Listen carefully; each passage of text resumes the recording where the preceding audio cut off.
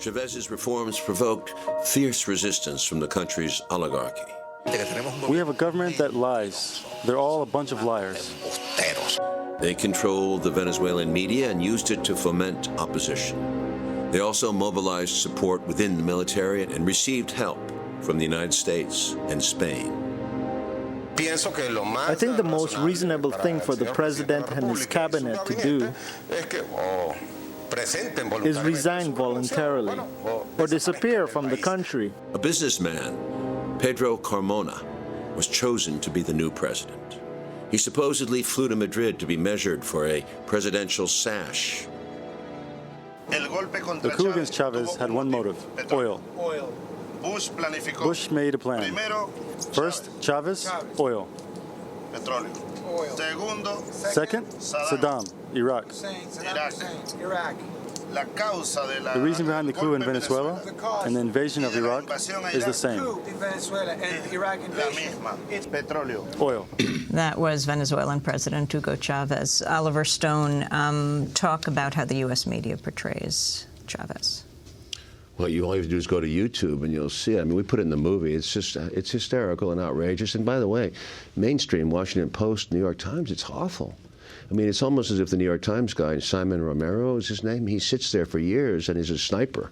He doesn't say one positive thing. It's like every week or two he has to file a story, make it negative. It seems like that's a directive, and he goes out. And you read this stuff. It's all of it, and he never goes to the other side. He never gets the other side of the story, and he does very complex little incidents, and he builds it up into this madhouse of. It seems like it's Chile again, like Allende. It's like the economy is crashing, and the contrary is true.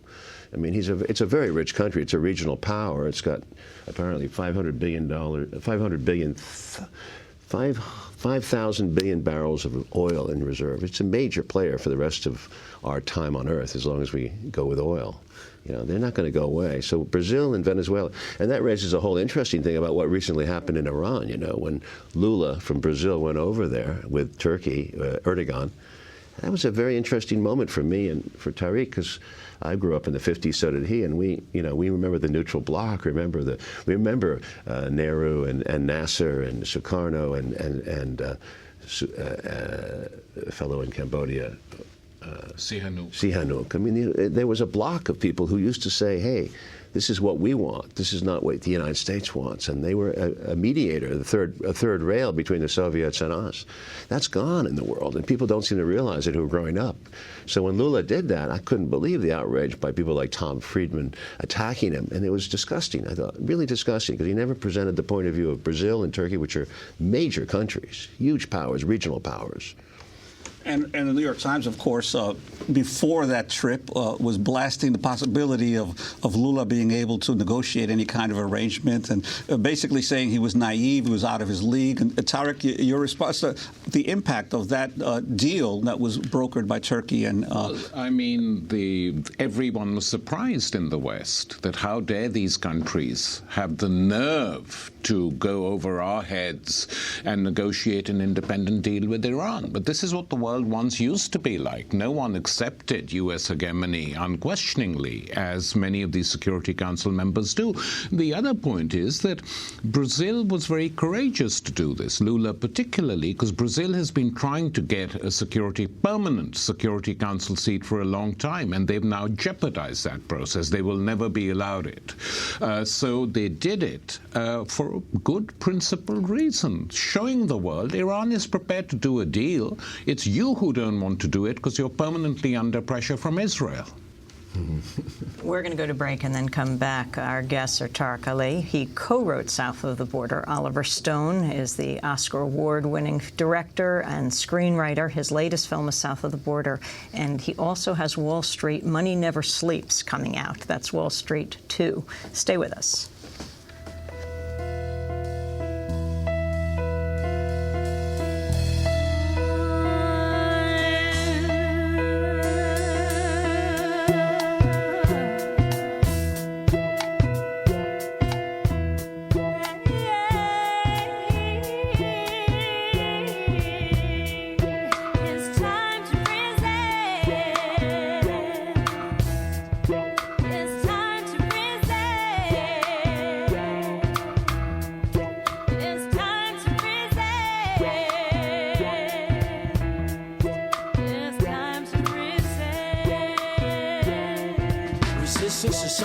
teach infants must leave imprints of the militant in each and every sentence. Our words are relentless because our people are defenseless, so we extend this, hoping we all comprehend this. Resistance is something we teach infants must leave imprints of the militant in each and every sentence. Our words are relentless because our people are defenseless, so we extend this, hoping we all comprehend this. It is written an explicit vision of vocal precision with vibrant flavor concocted in grandma's kitchen, packed full of wisdom, fall in line for a bowl, so pick up where your soul be the best decision. Welfare poets, that's right, singing resistance. This is Democracy Now!, democracynow.org, The War and Peace Report. I'm Amy Goodman with Juan Gonzalez. We're broadcasting on over 850 stations, on Pacifica radio stations, NPR stations, Low Power FM, college and community radio stations, on public access TV and PBS TV stations, and both TV satellite networks, Dish Network Channel 9415, Free Speech TV, 9410 Link TV, and on Direct TV, Channel 375. And we're video and audio podcasts getting at democracynow.org, and our headlines are available in Spanish for any radio station to take, as over 200 are. We are talking to Oliver Stone, who's done this new film that's coming out this week in the United States called South of the Border. Tariq Ali co-wrote South of the Border. And we want to turn to the Brazilian president, Lula da Silva, talking about Brazil. I learned as a trade unionist that one only respects someone who respects themselves. I personally have no interest in fighting with the United States. The only thing I want is to be treated as equals. When I met with the head of the IMF and paid off the debt in full, he did not want me to pay the debt. He said, don't worry about the money. We can roll it over. Keep the money. We paid off the IMF. We paid off the Paris Club. We do not owe anything to anybody. And now we have $260 billion surplus. I'm truly optimistic. That was Lula da Silva, the Brazilian president. Oliver Stone uses the clips to talk to us. Now we're going to say that right on the air. What you're saying about Lula da Silva, about Chavez, and how they're covered and how they're censored in various ways. You go. Well, Tariq Ali. Why does this happen?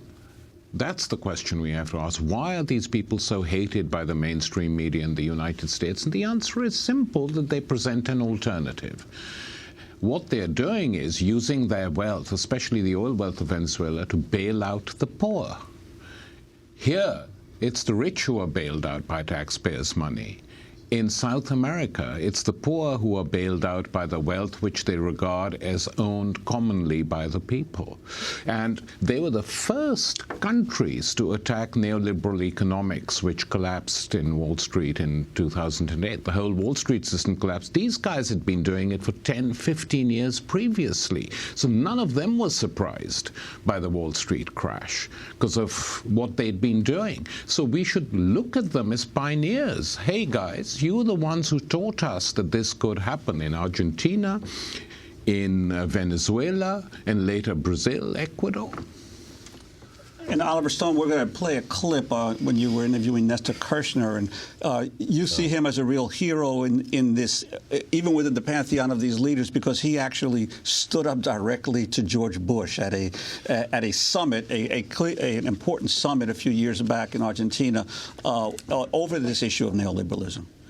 Yeah, not only him, but he's also now the president of UNASUR, which is the union of these countries. Is a new deal, and it's not just him, but he was the first one to say no to the Western neoliberal economics, and he actually was. They were predicting a disaster. There'd been like 4 or 5 Argentine presidents right before him, one after the other, and he lasted, and he brought the country out of this horrifying cycle, and it prospered enormously up until recently, where the world recession has put back some of these countries, no question. Let's take a look at that clip of Kirchner. Were there any eye-to-eye moments with President Bush that day, that night? I say it's not necessary to kneel before power. Nor do you need to be rude to say the things you have to say to those who oppose our actions. We had a discussion